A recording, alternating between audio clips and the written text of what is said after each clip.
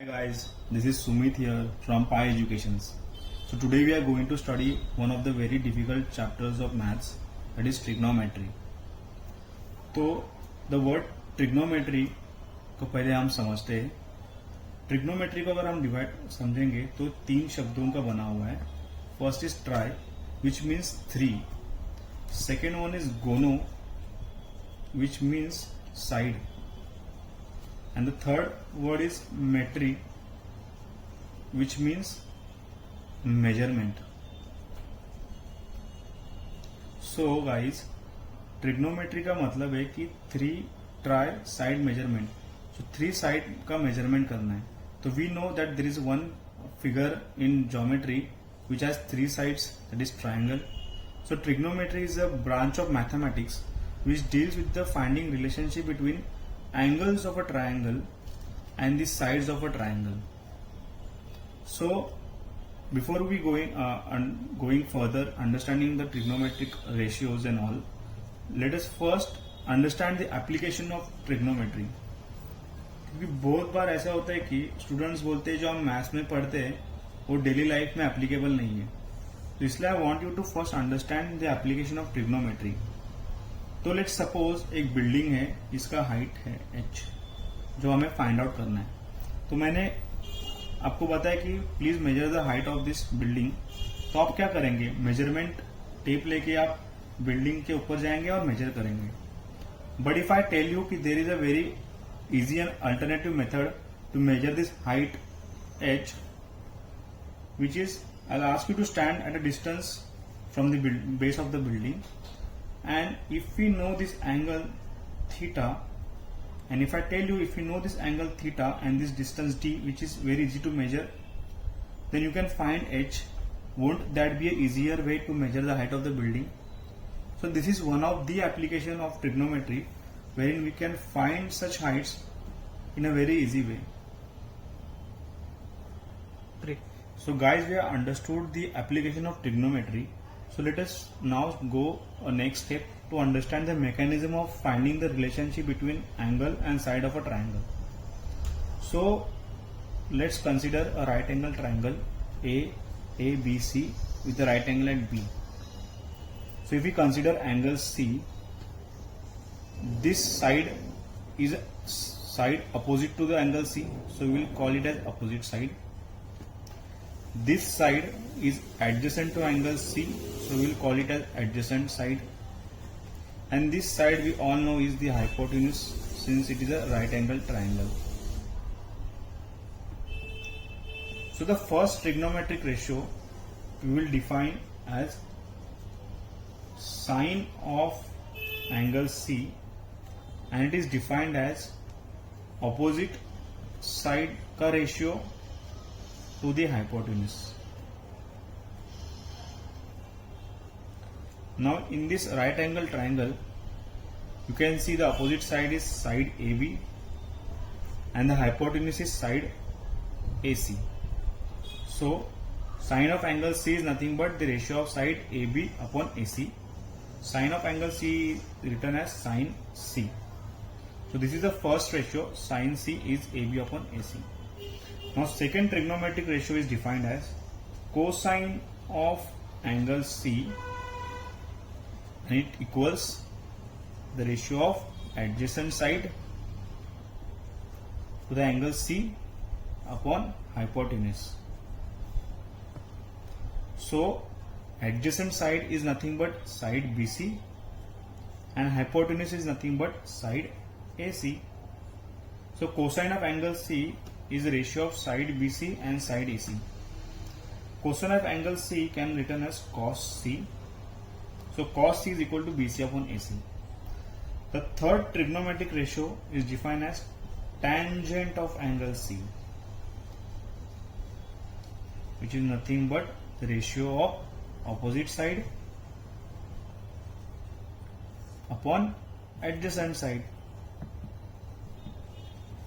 Opposite side is AB and the adjacent side is BC, and tangent of angle C is also expressed as the tan C, it now equals AB upon BC. So guys, this is the three fundamental ratios of trigonometry. First one is sin C, second one is cos C, and third is tan C. We have studied the three basic trigonometric ratio: sin C, cos C, tan C. Now there are three more trigonometric ratios which are nothing but the derived from these three ratios. So first one, which depends on sine of C, is called cosecant of angle C, and it is defined as 1 upon sine C, and it is also called as cosec C. So cosec C is nothing but 1 upon sine C. So other trigonometric ratio which depends on cos C is secant